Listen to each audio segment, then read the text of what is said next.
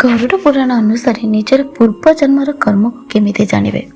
जय श्री हरि विष्णु मित्रगण, कौन यह सत्य जे आमे जानी परिबा आमर पूर्व जन्म केबे एवं केउठी होइथिला? कौन आमे यह जानी परिबा जे आमे पूर्व जन्म रे केउ कर्म करिथिलु? आमर कर्म गुड़िक भल थिला ना खराब थिला? यह प्रश्न जेतिके कौतूहलपूर्ण मन हुए सेतिके गभीर एवं रहस्यमय अटे। यार उत्तर होची हाँ, आमे यह जानी परिबा। हिंदू धर्मर पवित्र ग्रंथ एवं पुराण गुड़िकरे यह स्पष्ट उल्लेख रही जे आमे निजर पूर्व जन्मर कर्म को बुझी परिबा। आज यह विशेष आलोचना रे आमे यही गूढ़ विषय को विस्तार भावे बुझिबा एवं से उपाय गुड़िक जानिबा जहा द्वारा आमे पूर्व जन्मर रहस्य उन्मोचन करि परिबा। हिंदू धर्म रे पूर्व जन्म एवं कर्मर सिद्धांत आत्मार अमरता एवं तार निरंतर जन्म मृत्यु चक्र उपरे आधारित। आत्मा गोटे शरीर छाड़ी अन्य एक शरीर रे प्रवेश करे एवं यही प्रक्रिया तार कर्म आधार रे स्थिर होइथाय। नंबर 1, वेद और उपनिषद। ऋग्वेद एवं यजुर्वेद रे आत्मार अमरता विषय कहुଯାଇଛି। बृहद अरण्यक एवं छंदक उपनिषद रे स्पष्ट कहुଯାଇଛି जे भल कर्म आत्मा को स्वर्ग किंबा उत्तम जोनि को नहीं जाए एवं खराब कर्म नरक किंबा निम्न जोनि आड़ को नहीं जाए। नंबर 2, भगवत गीता। भगवान श्रीकृष्ण अर्जुन को बुझाई कहते जेपरी मनीष पुराणा वस्त्र त्याग करी नुआ वस्त्र धारण करे सेहीपरि आत्मा पुराना शरीर छाड़ी नुआ शरीर ग्रहण करे।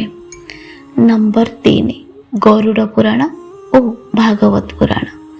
गरुड़ पुराण रे मृत्यु परे आत्मार यात्रा एवं पुनर्जन्मर विस्तृत वर्णना रही। भागवत पुराण रे राजा भरतଙ୍କ कहानी प्रसिद्ध जे निज कर्म और मोह जोगु परवर्ती जन्म रे हरिण रूप रे जन्म नहीं। भगवान विष्णु एवं गरुड़ पौराणिक कथा। थरे भगवान विष्णु सम्मुख रे ठिया होई तांकर प्रिय वाहन गरुड़ विनम्रतार सह प्रश्न कले, हे प्रभु, मनीष निज कर्म अनुसार भल किंबा खराब जन्म पाए यह तो मु बुझिली, किंतु कौन कौनसी मनीष यह जानी परिबो जे पूर्व जन्म रे केउ कर्म करिथिले से यह केमिति जानिबो? भगवान विष्णु स्मितहास्य करी कहले, हे गरुड़, तुम्हें बहुत सुंदर प्रश्न करिछ। यही रहस्य को बुझिबा पई प्रथम एक कहानी सुन। प्राचीन काल रे अमरसिंह नामक जने धार्मिक एवं पराक्रमी राजा थिले। दिने तांक मन रे विचार आसिला जे मु एमिति कोन करिथिले जे मते एही राजकीय सुख मिलिला। कोन मु पूर्व जन्म रे भी राजा थिले? से निज सभार पंडित और ज्योतिष मान डकाई यार उपाय पचारे।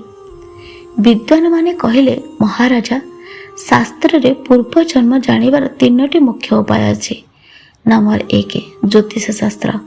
जन्म कुंडली रे ग्रह मानक स्थिति विशेषकर राहु केतु एवं नवम भाव पूर्व जन्मर संकेत देइथाय।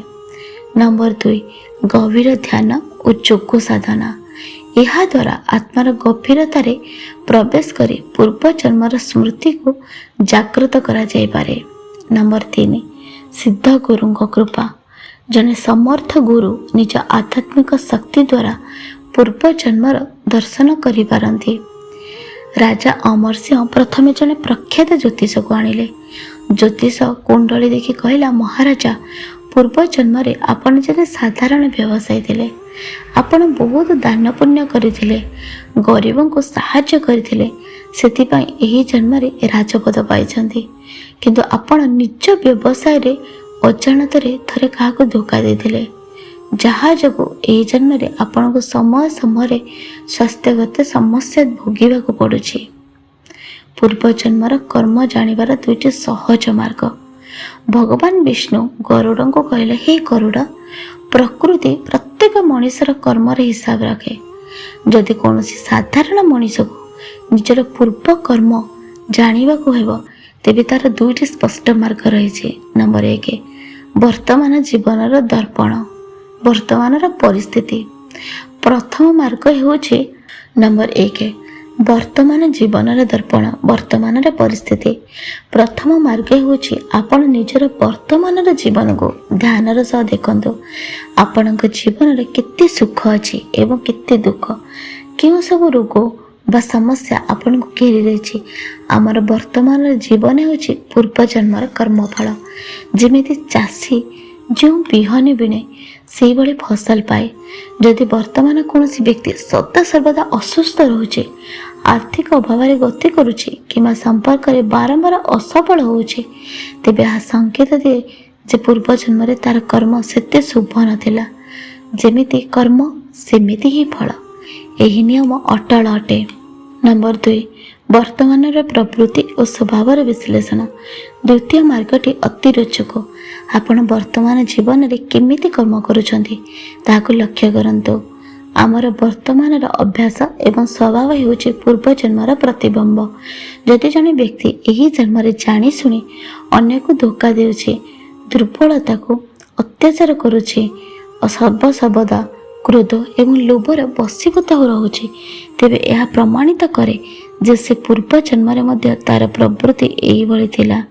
ଆମର ଆତ୍ମା ଅନେକ ଜନ୍ମର ଯାତ୍ରା କରି ଆସୁଛି ଏବଂ ସଂସ୍କାର ଆତ୍ମା ସହିତ ଗତି କରିଥାଏ। କର୍ମର ମାଠିଆ ଏବଂ ସୁଖ ଦୁଃଖର ହିସାବ। ଆମ ଜୀବନକୁ ଦୁଇଟି ମାଠିଆ ସହ ତୁଳନା କରାଯାଇପାରେ, ଗୋଟିଏ ପୁଣ୍ୟର ଏବଂ ଅନ୍ୟଟି ପାପର। ଯେପର୍ଯ୍ୟନ୍ତ ପୁଣ୍ୟର ମାଠିଆ ପୂର୍ଣ୍ଣ ଥାଏ ସେ ପର୍ଯ୍ୟନ୍ତ ଜୀବନରେ କେବଳ ସୁଖ ମିଳେ, କିନ୍ତୁ ଯେତେବେଳେ ପୁଣ୍ୟ ଶେଷ ହୋଇଯାଏ ସେତେବେଳେ ପାପର ଫଳ ପ୍ରଭାବୀ ହୁଏ। ପ୍ରକୃତି କେବେ କାହା ସହ ପକ୍ଷପାତ କରେ ନାହିଁ। ଉଦାହରଣ ସ୍ୱରୂପ, ଯଦି କୌଣସି ବ୍ୟକ୍ତି 70 ବର୍ଷ ପର୍ଯ୍ୟନ୍ତ ବହୁ ସୁଖୀ ଜୀବନ ଜିଇଁଲା ଏବଂ 71 ବର୍ଷ ବୟସରେ ତାର ପୁଣ୍ୟ ସରିଗଲା, ତେବେ ତାକୁ ଦୁଃଖ ଭୋଗିବାକୁ ପଡ଼ିବ। ଯଦି ସେ 70 ବର୍ଷରେ ମୃତ୍ୟୁବରଣ କରେ, ତେବେ ବାକି ଥିବା ଖରାପ କର୍ମର ଫଳ ତାକୁ ପରବର୍ତ୍ତୀ ଜନ୍ମରେ ଭୋଗିବାକୁ ପଡ଼ିବ।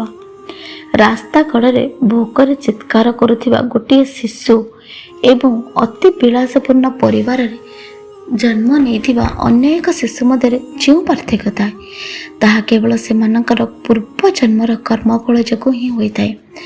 ଈଶ୍ୱରଙ୍କ ଭେଦଭାବ ଯୋଗୁଁ ନୁହେଁ। କର୍ମର ସଂଶୋଧନ ହିଁ ଉଜ୍ଜ୍ୱଳ ଭବିଷ୍ୟତର ଚାବିକାଠି।